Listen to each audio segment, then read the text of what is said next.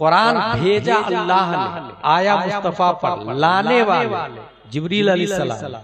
जिब्रील अलैहिस्सलाम को भी नहीं पता कि क्या लिखा हुआ, रब जानता है और मुस्तफा जानते हैं।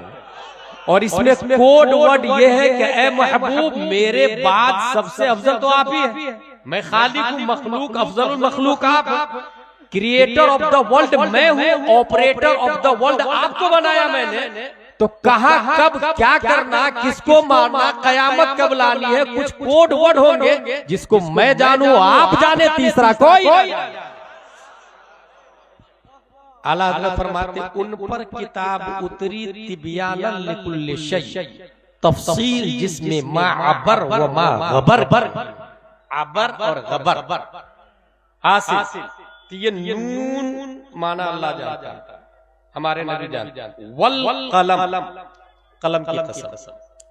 कलम के हवाले से इतना याद रखिएगा कि दुनिया के पास कलम का नामो निशान नहीं था, तब भी कुरान शरीफ है हमेशा से और हमेशा रहेगा, और उसमें कलम का जिक्र है। और हमारे नबी सल्लल्लाहु अलैहि वसल्लम 571 ईस्वी में अब्दुल्ला की पीठ से, आमिना के बतन से, मकाम बैदा पीर के दिन सुबह सादिक मक्के की धरती पर जब पैदा हुए, उस वक्त पढ़ना लिखना ये सिर्फ मखसूस लोगों को इजाजत थी। पूरी दुनिया की बात कर रहा हूँ, आलमी सतह पर सब लोग नहीं पढ़ सकते, कुछ लोग पढ़ेंगे। उसमें भी लिखना ऐब समझा जाता। हजरत अली वगैरह छुप के लिखते थे कि कहीं लोग ये ना समझे इसकी मेमोरी पावर कमजोर तो नहीं हो गई, वो हाफिज़ा कमजोर तो नहीं हो गई। तो लिखने का भी सिस्टम नहीं था, छुप छुपा के लिखते ऐसे। अब मेमोरी पावर बहुत स्ट्रॉन्ग रहा करती थी, एक बार सुन लेते थे नबी की बात अबू हुरैरा तो कभी नहीं भूलते थे। आज भी ज्यादा में उनकी बात हम बयान करने चले। तो कलम की कसम, इस कलम की कसम से अल्लाह तबारक व तआला ने कलम की अहमियत लोगों के अंदर जगाई और लोगों को बताया कि लोगों कलम को हल्के में मत लेना।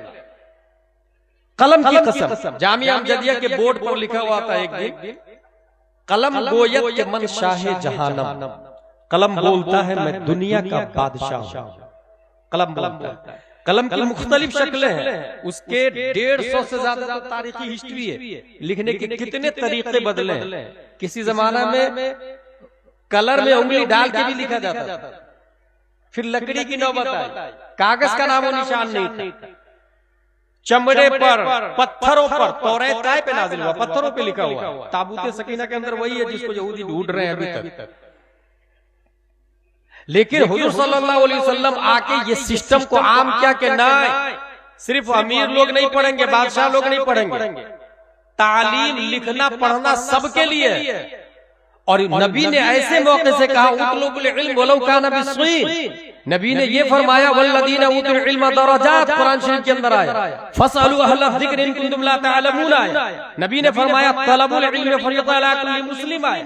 हुजूर सल्लल्लाहु अलैहि वसल्लम ने पढ़ने लिखने को कितना आम किया, एक हदीस से अंदाजा लगाए, जंगे बदर में 313 सहाबी और 950 अबू जहल की टीम है, और सब ये चाह रहे कि नबी को खत्म कर दे, न रहे बांस न बजे बांसुरी। वो जंग जीत गए सहाबा किराम। जंग जीतने के बाद कुफार जब गिरफ्तार हो गए तो नबी ने फरमाया जिसके पास फिदिया है वो फिदिया दे, और जिसके पास फिदिया नहीं है वो सहाबा को पढ़ाए, बदले में आजाद हो जाए। और एक सहाबी को नहीं, 10 सहाबा को पढ़ाए, बदले में आजाद हो जाए। गौर कीजिएगा, किनको नबी ने छोड़ा पढ़ाने के बदले? ट्यूशन दिया। ट्यूशन के बदले किसको छोड़ रहे हैं? जो नबी को कत्ल करने आए, यानी नबी अपने दुश्मन को एजुकेशन के बदले में छोड़ रहे हैं। इसका दूसरा पहलू ये निकलेगा कि मोदी योगी डेंजरस नहीं है, मुसलमानों की जहालत उससे ज्यादा डेंजरस है। इसी हदीस से ये समझ में आया। अबू जहल की टीम को नबी ने एजुकेशन के बदले में छोड़ दिया। इसका मतलब ये हुआ कि एजुकेशन कितना इंपॉर्टेंट है। अगर वो हमारे पास आ जाए, कलम गोयत के मंशा है जहां, इसके लिए एक माहौल बनता है, इसके लिए जलसे की नीयत होती है कि हमें पढ़ने पढ़ाने वाली बात करनी, कॉमेडी नहीं करना। रात के 12 बजे तक जलसा होगा, उसके बाद जलसा नहीं होगा। मगरिब बाद से शुरू हो जाएगा, इशा को मौखर कर दिया जाएगा, वरना ये जो आधी पब्लिक जा चुकी है या बाहर जो मेले लगे हुए हैं ना, ये नजर नहीं आया, या फिर ये जो माँ और बहनें बातें कर रही है ना, ये सिस्टम नहीं हो। उसने कभी सोचा ही नहीं जलसे का वो जो पढ़ना पड़ा, उनके दिमाग में आया ही नहीं, ये डाला ही नहीं। नतीजा जो हालात है आपकी निगाहों के सामने में, नून वल कलम, कलम की कसम, वमा यस्तरून, और कलम जो लिखे उसकी भी कसम। ये लिखे हुए की बरकत है कि मैं बुखारी शरीफ लेकर के आया। कुरान शरीफ जो हमारे जादेपुर में दिख रहा है, ये लिखावट की बरकत है। अगर वो मा यस्तरून कुरान में नहीं आता तो कुरान हमारे सामने कैसे होता? लिखने की अहमियत इस्लाम ने बताई, उसी लिखने की बरकत है कि 1400 साल पहले नबी मिंबरे मस्जिद नबवी से जो बात बोलते थे, आज भी हमारी मस्जिद के मिंबर से इमाम साहब वही बात बोल रहे हैं। वो लिखने की बरकत है। वो मा यस्तरून, वो कलम जो लिखे उसका कमाल, और उसकी कसम भी याद फरमाई। हुजूर सल्लल्लाहु अलैहि वसल्लम ने एजुकेशन को आम किया। ये बात है 8वीं सदी ईस्वी की। कुस्तुनतुनिया यूरोप में पोप का सेंटर माना जाता था, और पोप की हुकूमत का मतलब था कि जो पोप की बात माने वही सही है, जो नहीं माने वो गलत। वहां भी पढ़ना लिखना अलाउ नहीं था, बस पोप की बात मानो, यही ओरिजिनल मजहब है, ईसाईयत इसी का नाम है। ऐसे माहौल में 810 ईस्वी में, आपको पता है ये जहाज किसने बनाया? जहाज बना है 810 ईस्वी में अब्बास बिन फरनास ने इसकी थ्योरी मुतय्यन की। ये अपने बाप दादा का नाम ले रहा हूं, अब्बास बिन फरनास।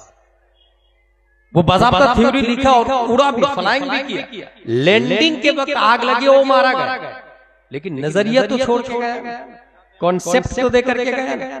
उसी को राइट बिरादरान ने बाद में जाके, अमेरिका के राइट बिरादरान ने प्लेन बनाया, लेकिन नजरिया किसने दिया? हमारे बाप दादा।